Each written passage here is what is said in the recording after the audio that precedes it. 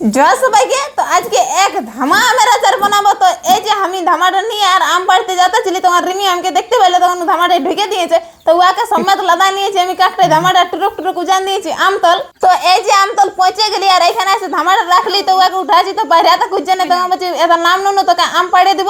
তো এই যে এবার আম গাছকে উঠে যাচ্ছি আর তোমাদের দু একটা কমেন্ট পড়ে লিছি। তো মঙ্গলা মা তো কমেন্ট করেছে, দিদি ভাই তোমাকে মানতে হয়, শাড়ি পরে গাছ উঠে দিয়েছো।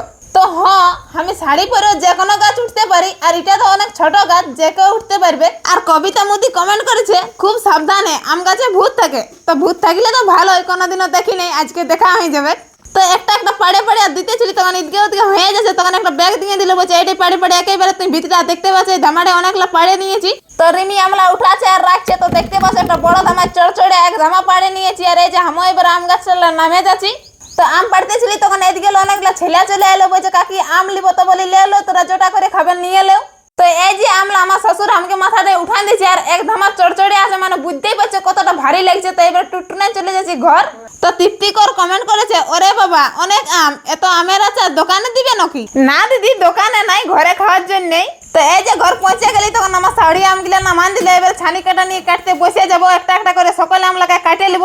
তো নীলিমা মা তো কমেন্ট করেছে, ঠিক করে আমগুলো কাটো, হাতে আবার লাগাই লিও না, অনেকগুলো আম তো তার জন্য বললাম সাবধানে কাটবে কিন্তু। তো ধন্যবাদ দিদি সতর্ক করার জন্য। আর প্রিয়া পরামানিক কমেন্ট করেছে, এত আম একাই কাটতে পারবে দিদি ভাই? তো যতক্ষণ না ফুরা আছে একটা একটা করে কাটতেই থাকছি। তো রিঙ্কু মা তো কমেন্ট করেছে, এত গিলে আম, তোমার ধৈর্য আছে বোন। তো দিদি ধৈর্য না থাকলে কিন্তু কোনো কাজই করতে পারবে নাই। তো এই যে সকলে আমলা আমি কাটে নিলি, এবারে শ্বশুর প্লাস্টিকটা ধরে দিলে, এই যে ধামারে ঢালে নিলি, এবারে সকলে আমলাকে উপর নিয়ে যাবো। আর এবার ভালো করে ধুয়ে ধুয়ে আর একটা প্লাস্টিকে ঘাঁটিয়ে দিব।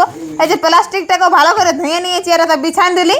তো একেবারে ধামারে ধোয়া যাচ্ছে না সকল গিলে, ওই জন্য দেখলে এদিকে রাখে নিয়েছি আর দেখলে জল ঢালে এই যে কসলাই কসলাই ভালো করে ধুয়ে নিয়েছি আর এই প্লাস্টিকটা ঘাঁটিয়ে দিব।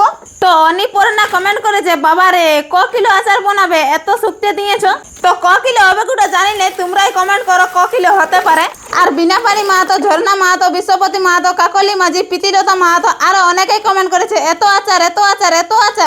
আরো অরূপ মন্ডল কমেন্ট করেছে, এত আমের আচার করে কি আচার বিক্রি করবে? তো সবাইকেই বলছি, এই আচার গুলা কিন্তু বিকার জন্য নাই, আষাঢ় শ্রাবণ মাসে চাষের সময় খেতে রাড়ে মাঠ ভাতের সাথে এক দু চেটা নিলে ভাত খাওয়া হয়ে যায়। তো এই যে নুন হলুদ দিয়ে ভালো করে লাড়ি চেটে মেশালিছি আর পাতলা করে ঘাটে দিব, তাহলে জলদির মধ্যে জলটা আমের বাইরে যাবে। তো এই যে সকলে ঘাটে দিয়েছি পাতলা করে, আর দেখো একদিন পরে কত সুন্দর ভাবে শুকে গেছি। আর এবার আচার বানাবার জন্য নিচকে সকলকে এই ধামাটা ঢুকানি আর নিয়ে যাব। তো রিনা মা তো কমেন্ট করেছে, দারুণ আচার হবে মনে হচ্ছে, আমি তোমার প্রতিটি ভিডিও ছবিতে কমেন্ট করি, আমার নামটা নিও কিন্তু।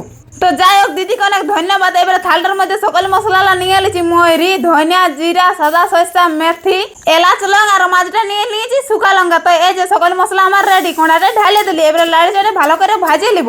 আর মা তো হারা দিন কমেন্ট করেছে, আচারটায় কি কি মশলা দিলে। তো এই যে দেখতেই পেলে কি কি মশলা দিলি। তো এবারে শুকা লঙ্কাকে ভালো করে লাড়ি চাড়ে ভাজে লিছি।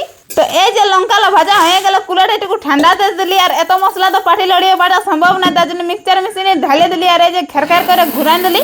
তো অত বেশি মেহি করি নেই, হালকা মোটা মোটা রেখেছি আচারের জন্য, এটাই ভালো। এই যে থালটা রেখে নিলি আর ঘুরিয়ে আরেকবার দিয়ে দিলি, ইলা গুঁড়া হয়ে গেল, ইলাকেও থালটা ঢালে রেখে নিলি। এবার মরিচ ইলাকেও গুঁড়িয়ে লিছি। তো এই যে মরিচলা হয়ে গেল, ইলাকেও থালটা আলাদা ঢালে রাখে নিলি। আর এই যে ঘুরিয়ে আরেকবার দিয়ে দিলি, ইলা গুঁড়া হয়ে গেল, ইলাকেও ঢালে রাখে নিলি। তো দেখতে পাচ্ছ মশলা আর মরিচ একদম সমান সমান। এই যে কড়াই তেলকে ঢালে দিলি, টুকু তাতা নিব, তাহলে মানে ভালো হবে। আর এই যে কালো জিরাকে দিয়ে দিলি আর সর্ষে আর গুঁড়া করে রাখা মশলা আর মরিচকে দিয়ে দিলি, এবারে ভালো করে লাড়ি চেড়ে মেশা লিছি। তো সবকিছু মশলাকে ভালো করে মেশা নিয়ে এই যে আমটা ঢালে দিচ্ছি, এবারে লাড়ি চেড়ে ভালো করে মিক্স করে নিব। আর ময়না মৌসুমী কুম্ভকার কমেন্ট করেছে, এত আম আচার তৈরি করতে তেল কত লাগবে? তো এই যে আমি এখন 5 কিলো মতন তেল দিলি, আরো যদি পরে লাগে তো দেখা যাবে। এবারে ভালো করে লাড়ি চেড়ে মেশা লিছি। তো আমি লাড়তে লাড়তে থকে গেলি, তখন রিমির বাবাকে বলছি দেড়টুকু লাড়ে, তো এতটাই ভারী আছে দেখছো, ওরাও পাচ্ছে নাই। তো এরকম করে ভালো করে লাড়ে চেড়ে মেশা লিলি, এবার সকলকে যারা ভরে লিছি। আর চম্পা মা তো কমেন্ট করেছে, আচ্ছা ঠিক আছে দিদি ভাই, দেখে তো জিভে জল পড়ে যাচ্ছে। তো দিদিকে অনেক ধন্যবাদ। আর এই যে একদম কুচে কুচে ভিতরে নিছি, তাও আর চলে আর কত বড় বড় জানলা বটে, দেখো তবু আটাতে পাচ্ছি নাই। এই যে দুটাই ভিতরে লিলি। আর এবারে 3 নম্বর, আর দেখতে পাচ্ছ তলটায় কত তেল আছে। তো এটাকেও সকলে আচারটা ভিতরান দিয়ে নিয়ে তেলটা উপরটা দিয়ে দিব। তো এই আচারটা তো এখন পুরোপুরি রেডি হয় নাই, রোদে দিয়ে দিয়ে সিজাতে হবে। তো তোমরা যদি খাবে তো চাষের সময় আসবে। এই যে 3টে যারা ভরে নিয়েছি।